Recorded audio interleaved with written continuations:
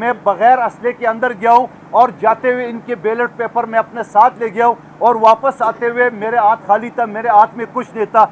ये सारा केस है पीपल्स पार्टी का, हमारे साथ धांधली हुई है और यही लोग गुंडागर्द अनासिर अगर इसी तरह गुंडागर्दी करते रह गए तो कराची एक मरतबा फिर खून में ये नहलाएंगे, जो कि हम किसी सूरत में नहीं होने देंगे। इस वक्त भी 25 से 30 हज़ार बैलेट पेपर एमक्यूएम के निशान पे स्टैंप लगा है, वो स्टैंप भी जाली है क्योंकि ओरिजिनल स्टैंप से वो साइज में बड़ा है।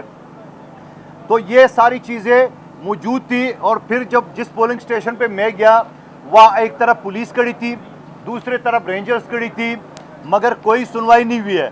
4:30 बजे का टाइम था, पोलिंग स्टेशन का दरवाज़ा अंदर से बंद था और उसके बाद जब मैं अंदर गया वहाँ पे हमने अपनी ख़वातीन से बात की है और ख़वातीन ने दिखाया कि ये बैलेट बॉक्स जो है ना वो पूरे का पूरे खुले हुए हैं और वो एडिटेड जो वीडियो है उसमें भी आपको दिखाया जा रहा है कि वो बैलेट पेपर जब बैलेट बॉक्स जब हम उठा रहे तो वो गिर रहे पहले से, यानी सील नहीं थे, वो खुले हुए थे, वो गिर रहे, सरों पे गिर रहे।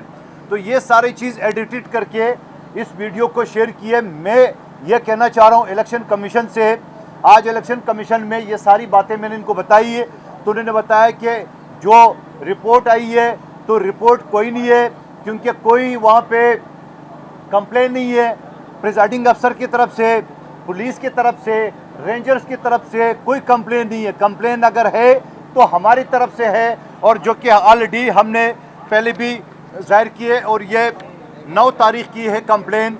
ये कंप्लेन नंबर 1 है और ये कंप्लेन नंबर 2 है, ये मौजूद है। और उसके साथ साथ तीसरा जो लेटर है जहां मैंने पार्टी के सेक्रेटरी जनरल को लिखा, वहां बाकायदा पार्टी ने लिखा है कि ये बैलेट पेपर और बाकायदा ख़वातीन के वहाँ जो वीडियो है वो इसके ऊपर सेक्शन 171, 172, 173 के तहत FIR दर्ज की जाए।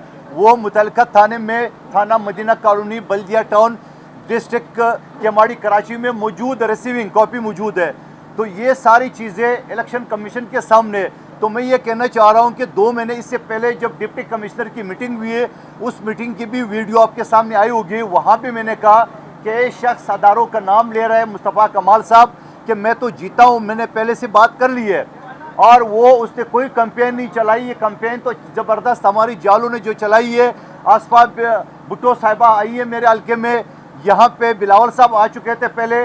कैंपेन हमारी बेहतरीन चली मगर वो पहले से नारे लगा रहे कि हम जीत चुके हैं, हमारी बात हो गई है।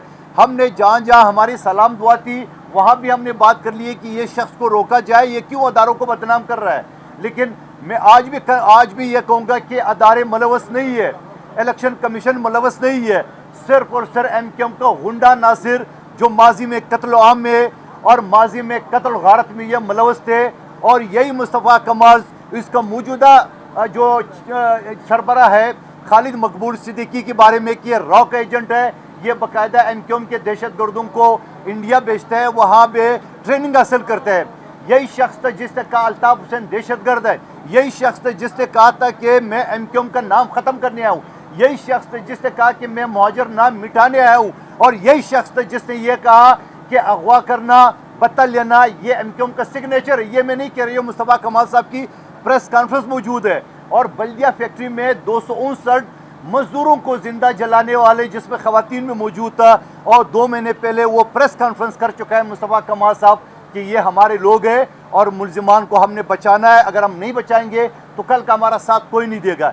ये तमाम केस मेरा NA 242 का आपके सामने, इलेक्शन कमीशन के सामने एक जाली वीडियो जो कि 4:30 बजे वो इशू किया है एमक्यूएम की तरफ से, एडिटेड है। उसमें ये कहा गया है कि कादिर खान मंदोखेल हारा था, हारने की वजह से उसने बैलेट पेपर बॉक्स तोड़े गए। तो मेरा सवाल ये है कि अगर बैलेट पेपर बॉक्स तोड़े गए तो इलेक्शन का ऐलान कैसे हो गया, वो तोड़े हुए बैलेट बॉक्स के गिनती कैसे हो गई। ये सवाल एक कानून के तालिब इल्म के साथ से मैंने इलेक्शन कमीशन के सामने भी रखा।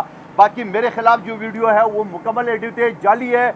मैं पोलिंग स्टेशन ज़रूर अंदर गया हूँ अपनी ख़वातीन को रेस्क्यू करने के लिए, जहाँ कोई अदारा सपोर्ट नहीं कर रहा था, जहाँ टेलीफोन बंद था, व्हाट्सअप बंद था। मैं क्या 4 दिन बाद चीफ जस्टिस साहब को दरख्वास्त देता और अपनी बहनों को इन दहशत गर्दों को रहम करम पे छोड़ता। मैं बगैर असले के अंदर गया हूँ और जाते हुए इनके बैलेट पेपर मैं अपने साथ ले गया हूँ और वापस आते हुए मेरे हाथ खाली था, मेरे हाथ में कुछ नहीं था। ये सारा केस है पीपल्स पार्टी का, हमारे साथ धांधली हुई है और यही लोग गुंडागर्द अनासिर अगर इसी तरह गुंडागर्दी करते रह गए तो कराची एक मरतबा फिर खून में ये नहलाएंगे, जो कि हम किसी सूरत में नहीं होने देंगे।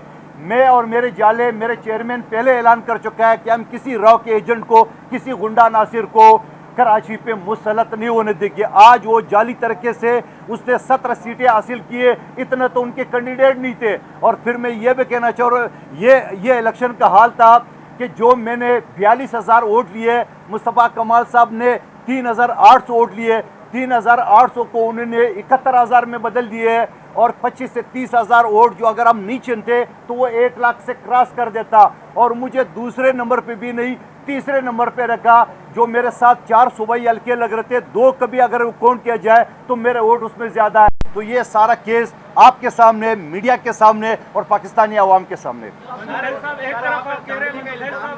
तरफ आपका ये कहना है उस पे MQM लेकिन दूसरी जानिब आपके जमात उसी के साथ मिलकर कांग्रेस असेंबली का स्पीकर के लिए, सदर के लिए करेगी, आप लड़ेगी। तो ये सूरा म्यार नहीं है पीपल्स पार्टी की तरफ से कि एक तरफ आप धांधली का इल्जाम लगा रहे हैं लेकिन दूसरी तरफ उन्हीं के साथ बैठे।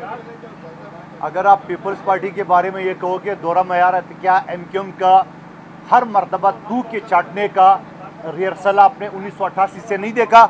क्या ये वही MQM है जो 6 महीने पहले जिस हुकूमत में थे उसको गालियाँ दे रहे थे, आज जाके एक टेलीफोन पे लाहौर नहीं पहुँचे? हम न हुकूमत का हिस्सा है, न हम कोई वजारतें लेंगे, न हमारा कोई स्पीकर या सदर पाकिस्तान के कोई चीज़ तय हुआ है। हम अपोजिशन में रहेंगे। और आप ये सोचो कि इस वक्त पीपल्स पार्टी की पोजीशन ऐसी है कि अगर हम PTI का साथ देते हैं तो उसका वज़ीर आज़म होगा, अगर हम नून लीग का साथ देंगे तो उसका वज़ीर आज़म होगा, या ये हमारा साथ देंगे तो हमारा वज़ीर आज़म होगा। लेकिन आप ये बताओ कि अगर हम किसी का साथ नहीं देंगे तो ये असम्बली कैसे चलेगी, ये हुकूमत कैसे बनेगी? इसी वजह से हमें एहतजाजन हम साथ तो दे रहे हैं मुस्लिम लीग नून का, क्योंकि PTI ने हमसे रब्ता नहीं किया है। तो जब हमने साथ दिए, लेकिन ये भी साथ मेरे चेयरमैन ने कहा कि हम कोई वजारत नहीं लेंगे, हम कोई सरकार के साथ हम निगहा जो कानून साजी में जहाँ ज़रूरी हुआ वह हम ज़रूर कानून का साथ देंगे, मगर हम हुकूमत का हिस्सा नहीं है।